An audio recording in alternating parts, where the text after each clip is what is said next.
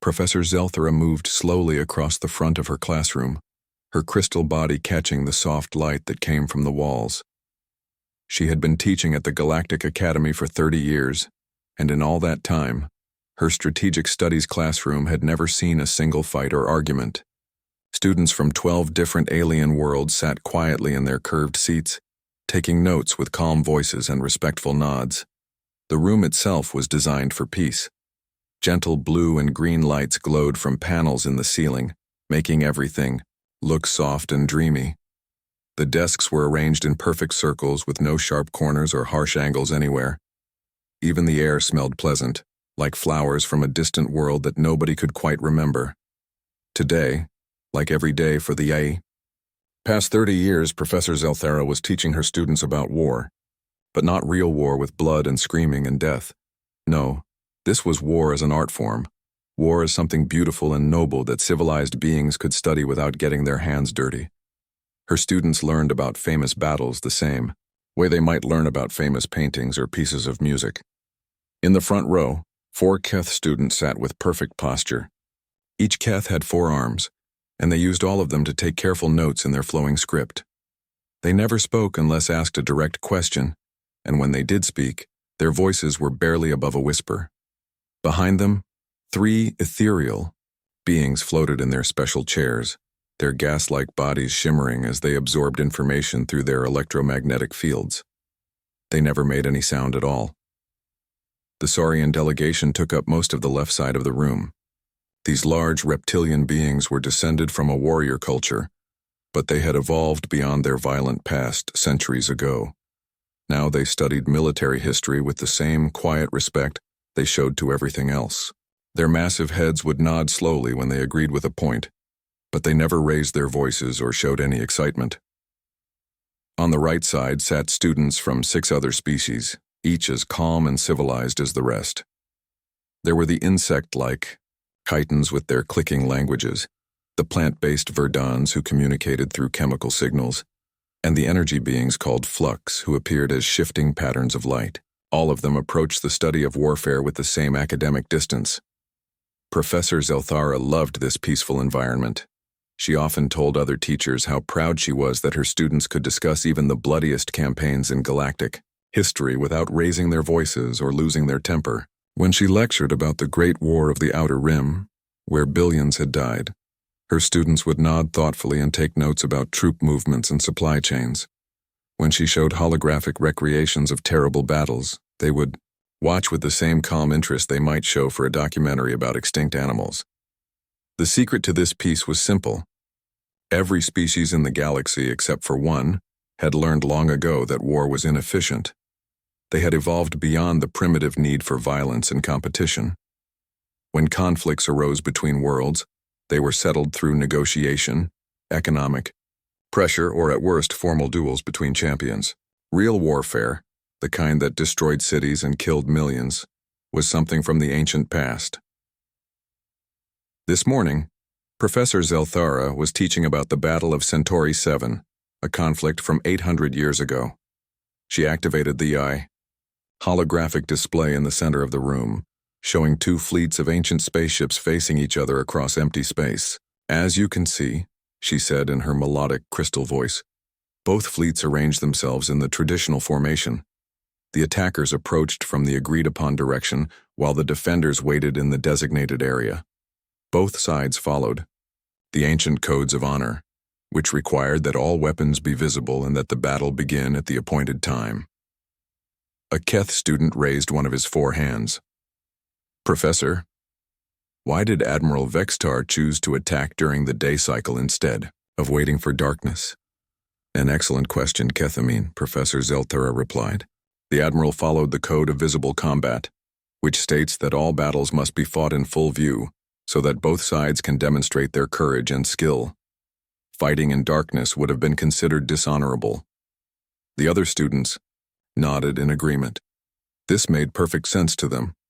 War, in their understanding, was about proving which side was more noble and brave, not about actually trying to hurt the enemy as much as possible. The idea of using dirty tricks or unfair advantages was as foreign to them as breathing underwater. Professor Zelthera continued her lecture, explaining how the battle had lasted for 3 days because both sides kept stopping to allow their opponents to repair damaged ships and tend to their wounded.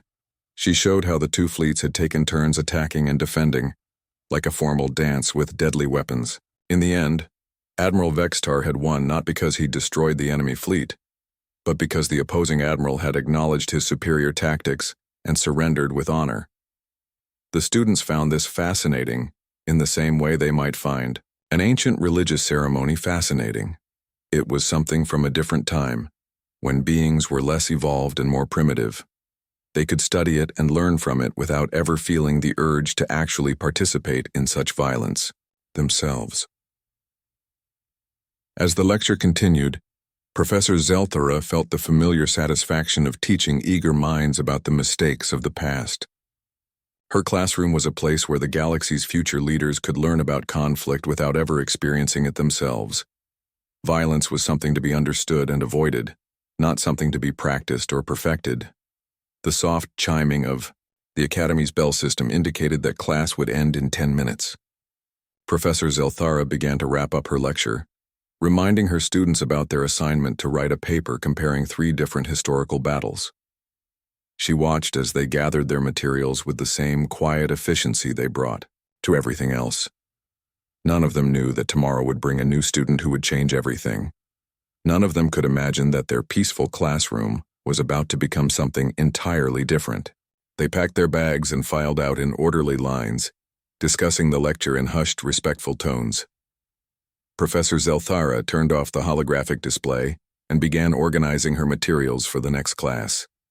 As she did every day, she took a moment to appreciate the perfect peace of her empty classroom. The soft lights continued to glow, the air continued to smell like distant flowers, and everything remained exactly as it should be. Tomorrow, Jake Murphy would walk through that door, and the age of civilized warfare would begin to end. Jake Murphy was not supposed to be at the Galactic Academy.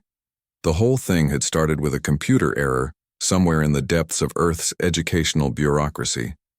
His application to study military history at Detroit Community College had somehow been forwarded to an intergalactic exchange program that nobody on Earth even knew existed. By the time anyone realized the mistake, Jake was already on a transport ship heading toward the academy, and the paperwork to send him back would have taken months. So Jake found himself standing outside Professor Zelthara's classroom on a Tuesday morning, wearing the same clothes he had worn to community college back home. His cargo pants had paint stains on them from his part-time job at a construction site, and his faded blue t-shirt had a picture of a football team that had not won a championship in over 60 years. In one hand, he carried a backpack that looked like it had survived several small wars. In the other, he held a piece of paper with his class schedule written in a language he could barely read. When Jake pushed open the door to the Strategic Studies classroom, every conversation stopped. The gentle humming of the ethereal students faded to silence. The quiet clicking of the chitin students' mandibles ceased completely. Even the soft rustling of the Verdun students' leaves went still. Jake looked around the room and whistled softly. Everything was curved and smooth and glowing with soft light. It looked more like the inside of a fancy spa than any classroom he had ever seen. The other students stared at him with expressions that ranged from curiosity to barely concealed horror. He was clearly not like them in any way that mattered. "Sorry I'm late," Jake said, his voice carrying easily across the silent room. He spoke louder than any student had ever spoken in Professor Zelthara's classroom. "Traffic was crazy getting here. Is this Strategic Studies?" Professor Zelthara's crystal body flickered with colors that her students had never seen before. Confusion, mostly, with traces of concern. "Yes, this is Strategic Studies. You must be the new exchange student. Please, take any available seat." Jake walked to the back of the room, his heavy boots making sounds on the floor that seemed impossibly loud. In the peaceful space, he threw his backpack down next to an empty desk and dropped into the chair with a grunt of satisfaction. Several alien students moved their desks slightly further away from him. "So what are we talking about today?" Jake asked, pulling a spiral notebook and a pen out of his backpack. The notebook was made of actual paper, which most of the other students had never seen before. The pen was a simple plastic tube with blue ink, primitive by galactic standards but perfectly functional. Professor Zelthara resumed her lecture about the Third Centaurian campaign, explaining how two fleets had met in honorable combat above the planet Centauri Prime. She showed the holographic display of the battle, with both sides arranged in neat formations, approaching each other at a stately pace. The battle began at dawn, as specified in the formal challenge, she explained. Admiral Korthak led the Centaurian defense fleet in a traditional wall formation, while General Vextar approached with his forces arranged in the ceremonial attack pattern. Jake raised his hand. This simple action caused a ripple of shock through the classroom because students at the Galactic Academy did not interrupt lectures. They waited to be called upon, and then they spoke in respectful whispers. "Yeah, I got a question," Jake said without waiting to be acknowledged. "Why did they tell each other when and where they were going to fight? That seems like giving up every advantage you might have." The question hung in the air like a toxic cloud. Professor Zelthara's crystal form flickered through several color combinations before settling on a pale, confused blue. "I'm sorry, I don't understand," she said. "The formal challenge is required by the codes of honorable combat. Both sides must know when and where the battle will take place." "But why?" Jake pressed, leaning forward in his chair. "I mean, if you're trying to win a war, wouldn't it be better to attack when the enemy isn't ready? Like, hit them while they're sleeping or something?" A collective gasp rose from the other students. The Saurian Prince Susthak actually recoiled in his seat, his large eyes wide with shock. The concept Jake was describing was not just foreign to them, it was deeply disturbing. "That would be dishonorable," whispered Kethamine, all four of his hands trembling slightly. "It would violate every principle of civilized warfare." Jake turned to look at the Keth student, his expression genuinely puzzled. "Dishonorable to who? If your enemy is trying to kill you and take over your planet, why do you care about being honorable? Isn't the important thing to protect your people?" "Professor." Zelthara tried to regain control of the situation. "Mr. Murphy, perhaps you don't understand the historical context. The Third Centaurian campaign was fought according to principles that had evolved over thousands of years.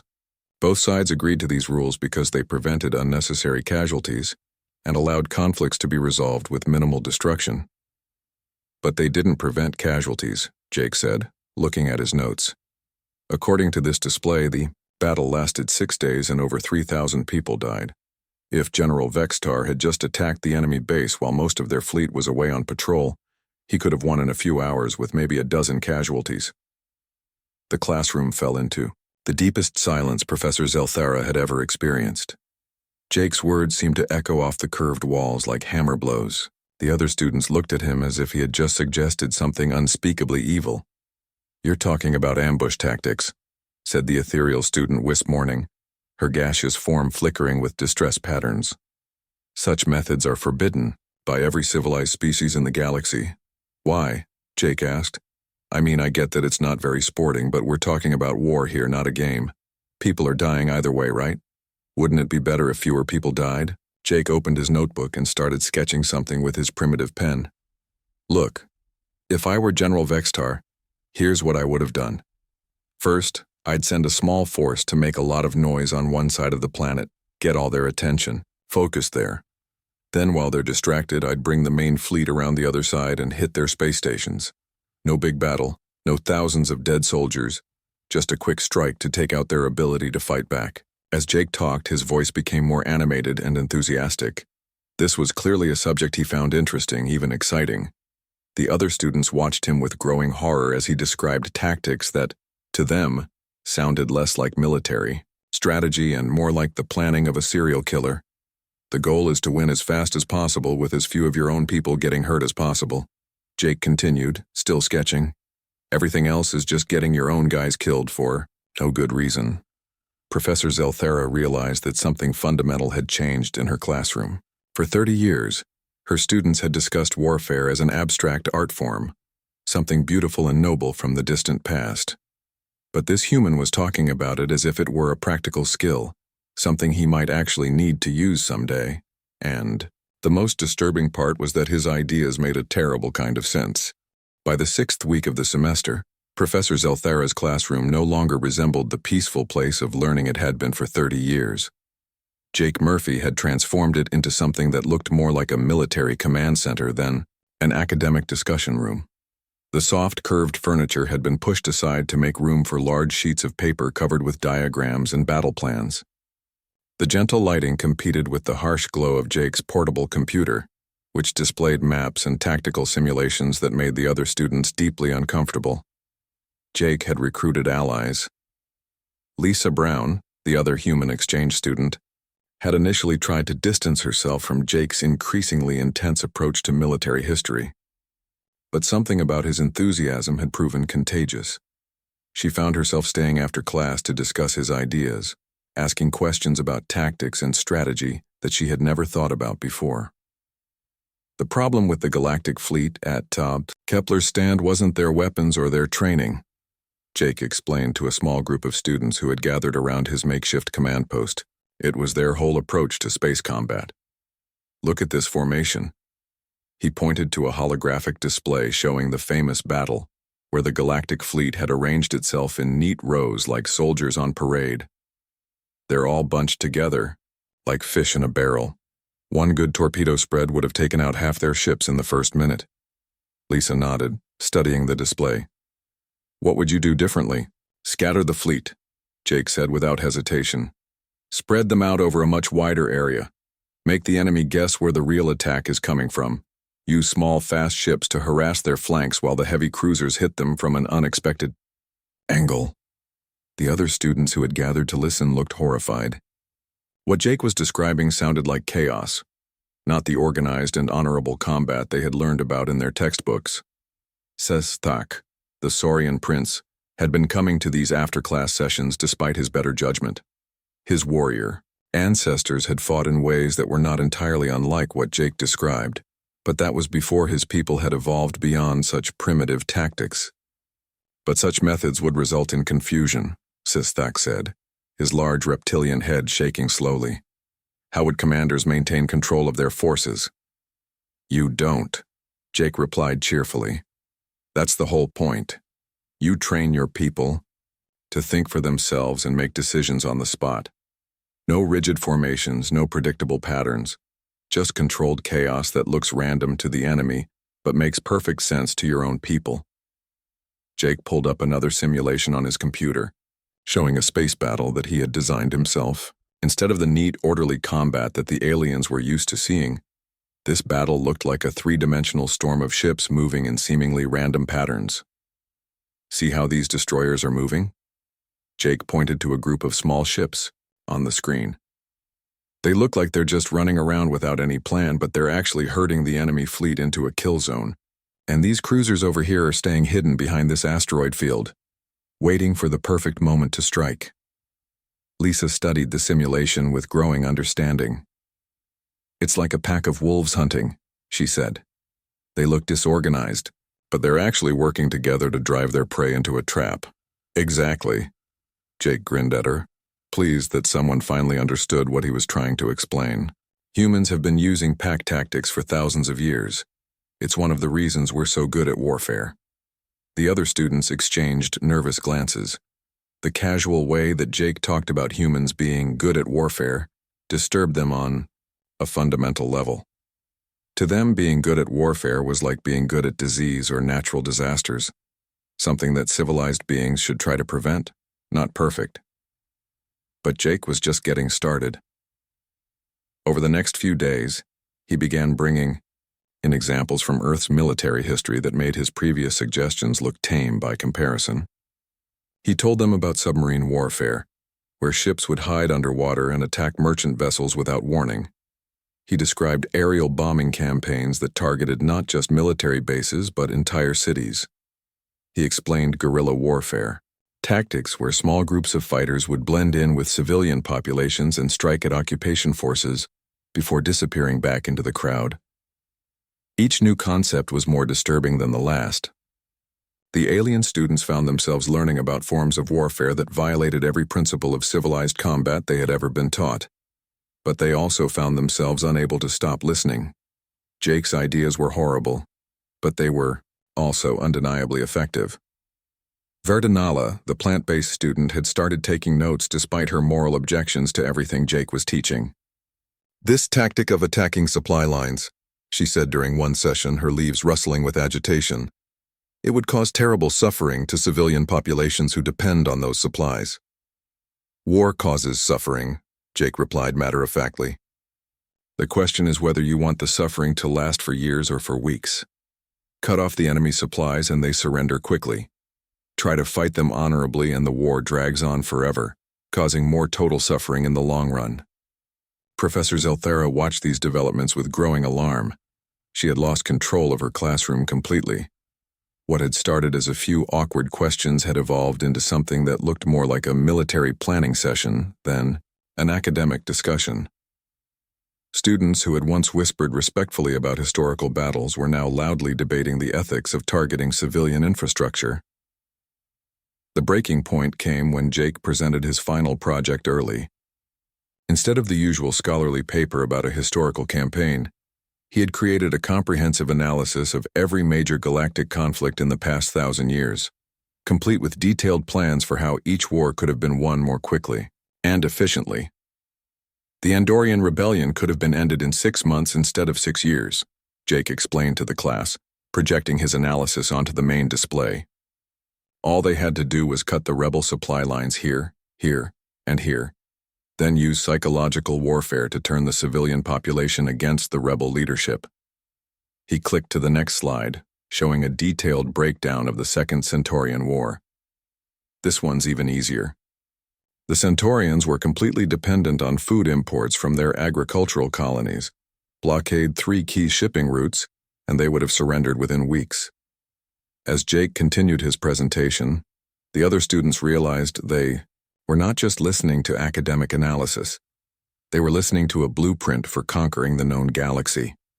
Every weakness in every military force, every vulnerability in every planetary defense system, every flaw in every strategic doctrine, Jake had identified them all and figured out how to exploit them. The most terrifying part was how easily he had done it. To Jake, this was not the work of a military genius or a strategic mastermind. This was just basic problem solving, the kind of thinking that any human would naturally apply to these situations. Professor Zelthara understood that something fundamental had changed, not just in her classroom, but in the galaxy itself. Jake, Murphy had not just brought new ideas about warfare to the academy. He had brought a completely different way of thinking about conflict, competition, and survival. And now that way of thinking was spreading to the next generation of galactic leaders. The age of honorable, civilized warfare was ending, and there was no way to stop what had already begun. By the 3rd week of classes, Jake Murphy had turned Professor Zelthera's peaceful classroom into something that made the other students deeply uncomfortable. What had started as awkward questions during lectures had grown into something much worse. Jake no longer just asked why historical generals had made certain decisions. Now he was actively redesigning their battles, treating every famous conflict like a broken machine that needed fixing. The change had happened gradually, like water slowly eating away at stone. At first, Jake would simply raise his hand and ask innocent questions about tactics. Why had Admiral Corvin arranged his ships in a straight line when a curved formation would have been harder to target? Why had General Thaxel waited 3 days to attack when his enemy was clearly running out of supplies? But innocent questions had evolved into something more dangerous. Jake had started bringing books to class. Not the elegant digital texts that other students used, but thick paper books with worn covers and pages full of notes written in the margins. The titles were things like The Art of War and Military Strategy Through the Ages and Guerrilla Warfare Tactics. When other students asked about these books, Jake would explain that they were from Earth's military history, written by humans who had spent their entire lives thinking about how to win wars. "See, the thing is," Jake said during a discussion about the siege of Malthor Prime, "nobody here seems to understand that war isn't about being fair. It's about winning before the other guy kills you and everyone you care about." He stood up from his desk, ignoring the way the other students shrank away from him. In his hand, he held a pencil, which he used to point at the holographic display showing the famous siege. The display showed 2 armies facing each other across a wide, Plain, with the besieged city sitting between them like a prize in some cosmic game.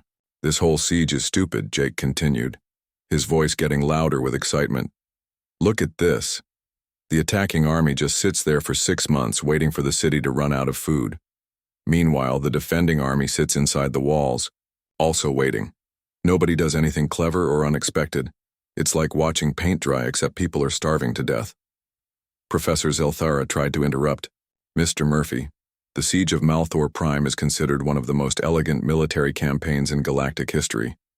Both sides demonstrated remarkable patience and strategic thinking. Strategic thinking? Jake laughed, a sound that made several students physically wince. There's nothing strategic about this. If I were running the siege, I'd have that city surrendering in 2 weeks tops. How?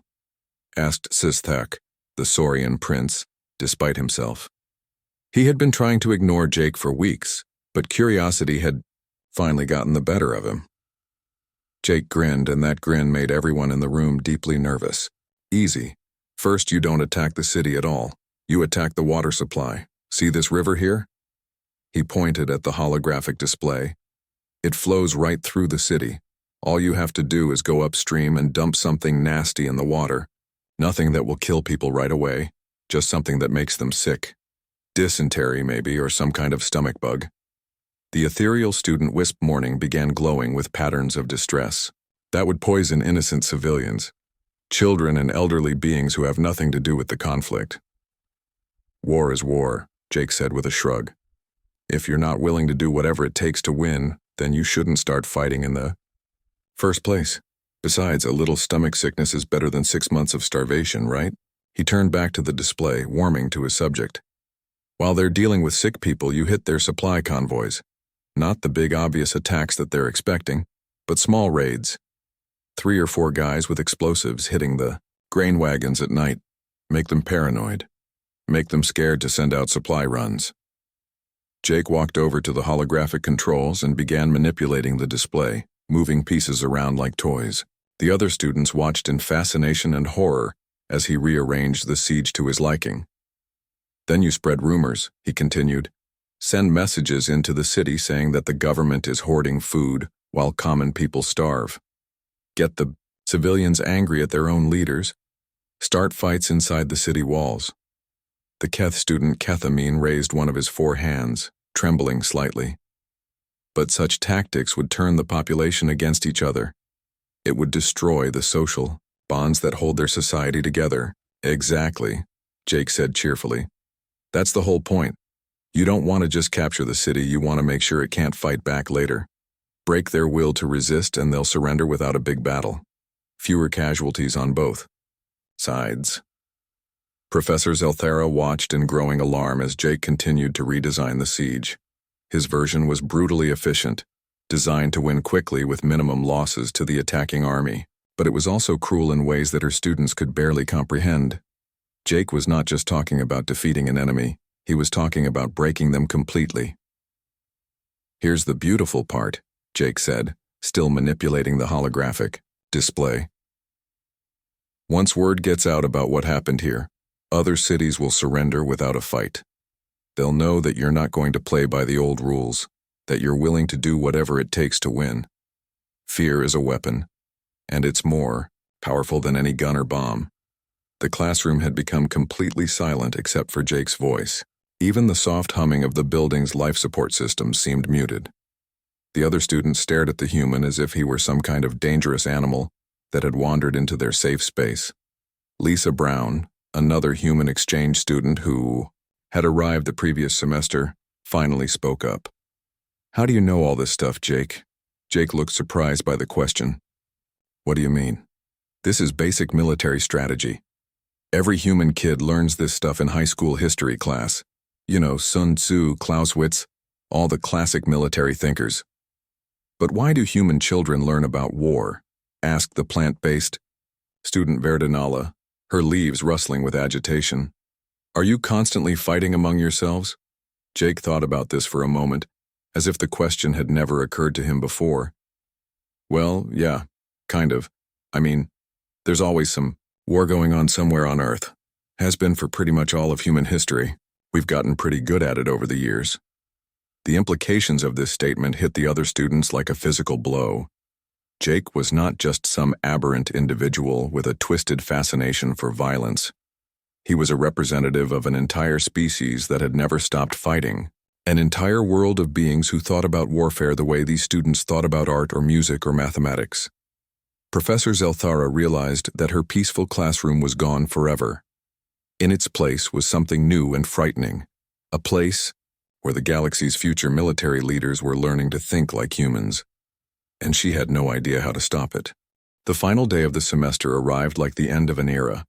Professor Zelthara stood at the front of her transformed classroom, looking at students who bore little resemblance to the peaceful scholars who had walked through her door 4 months earlier. The gentle lighting still glowed from the walls, and the curved furniture still suggested harmony and peace, but the atmosphere had changed completely.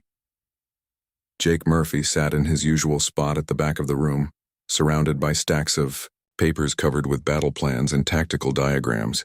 His primitive notebook, now filled with sketches and notes, lay open beside his computer. He looked relaxed and satisfied, like a student who had enjoyed every minute of his education. The fact that he had fundamentally changed the nature of galactic military thinking seemed to have escaped his notice entirely. The other students had changed in ways that would have been unthinkable at the beginning of the semester. Sasthak, the Saurian prince, now carried a datapad filled with notes about human military tactics. His ancient warrior instincts, suppressed for generations by his people's evolution toward peace, had begun to resurface under Jake's influence. During class discussions, he would nod thoughtfully when Jake described particularly ruthless strategies, his reptilian brain recognizing the brutal efficiency of human warfare. Keth Amin, the four-armed student who had once taken notes in perfect silence, now actively participated in Jake's tactical discussions. He had begun applying human military principles to his own people's defense strategies, much to the alarm of his government back home. His reports to the Keth military had sparked intense debates about whether their traditional approach to warfare was adequate in a galaxy that might soon be thinking like humans. Even Verdinala, the plant-based student who had been most disturbed by Jake's methods, found herself incorporating his ideas into her understanding of conflict. She told herself that she was studying these tactics in order to defend against them, but deep down she knew that she was beginning to see their terrible logic. Professor Zelthara called the class to order for the final time, her crystal form flickering with colors that reflected her complex emotions. Pride at her students' intellectual growth mixed with deep concern about what they had learned and how they might use it. Today, we will hear final presentations from each of you, she announced. Please remember that these presentations will be recorded and shared with military academies throughout the galaxy, as is traditional for our Strategic Studies program. The first student to present was Wisp Morning, the ethereal who had once found Jake's ideas deeply disturbing. Her gaseous form shimmered as she began to speak about asymmetric warfare in three-dimensional space. What emerged was a sophisticated analysis of how energy-based beings like herself could use their unique properties to conduct the kind of unconventional warfare that Jake had taught them about. Traditional fleet formations assume that all combatants are bound by the same physical limitations, Wisp Morning explained, her voice carrying new confidence. But energy beings can phase through solid matter, making us ideal for infiltration and sabotage missions behind enemy lines. Professor Zelthara watched in amazement as her former pacifist student described detailed plans for what could only be called terrorist attacks on enemy infrastructure. The influence of human military thinking had transformed even the most peaceful species into potential warriors. The presentations continued throughout the day. Each student had taken Jake's lessons and applied them to their own species' unique abilities. The Titans had developed swarm tactics that would overwhelm traditional defenses.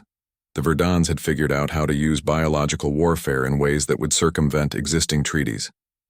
The Flux beings had created strategies for energy-based psychological warfare that could drive entire populations insane. But it was Sesisthak's presentation that truly revealed how far they had all come from their peaceful origins. The Saurian Prince stood before the class and calmly described a complete reformation of galactic military doctrine based on human principles. The old ways of warfare are obsolete, he declared, his massive form radiating an authority that would have been impossible 4 months earlier. Honor and tradition are luxuries that cost lives. If we are to survive in a galaxy where humans exist, we must learn to think as they do, to fight as they do. He activated a holographic display showing a new kind of space fleet, designed according to human tactical principles. Gone were the neat formations and predictable strategies of traditional galactic warfare. In their place was a military force built for speed, deception, and overwhelming violence. We call it the new doctrine, Sesitak continued. Small, fast ships operating independently. No fixed formations, no predictable patterns. Strike hard, strike fast, and disappear before the enemy can respond. Professor Zelthara realized that she was witnessing the birth of something unprecedented in galactic history. Her students were not just learning about warfare anymore. They were inventing new forms of it, inspired by human creativity and ruthlessness. Jake raised his hand and the entire class turned to look at him with something approaching reverence. Over the course of the semester, he had become their unofficial teacher, the one who had opened their eyes to possibilities they had never imagined. "That's pretty good," Jake said with a casual grin that somehow managed to be both friendly and terrifying. "But you're still thinking too small? Want to see what real human space combat looks like?" He stood up and walked to the front of the class, pulling up a simulation on his computer.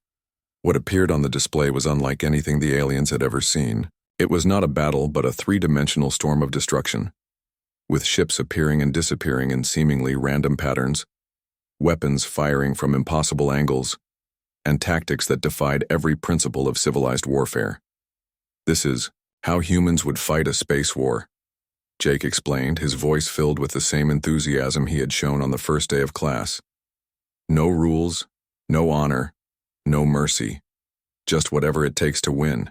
The simulation played out in minutes, showing a human fleet completely destroying a much larger traditional force through tactics that were brilliant, brutal, and completely without honor. As the class ended and students began filing out, Professor Zelthara heard fragments of conversations that filled her with dread. Military academies were already requesting copies of student presentations. Several governments had sent representatives to interview her students about their new ideas. The ripple effects of Jake's influence were spreading throughout the galaxy at the speed of light. Jake packed up his materials with the same casual efficiency he had shown all semester. As he reached the door, he turned back to Professor Zelthara with that same innocent grin that had started everything. "Thanks for a great semester, Professor," he said. "Same time next year? I've got some ideas about orbital bombardment tactics that I think the class would really enjoy." Professor Zelthara watched him walk away, knowing that her peaceful galaxy was gone forever. The war zone Jake had created was not in her classroom. It was in the minds of every student who had learned to think like a human. And now those students were returning to their homeworlds, carrying with them the seeds of a new and terrible age of warfare. The age of human military thinking had begun, and there was no turning back.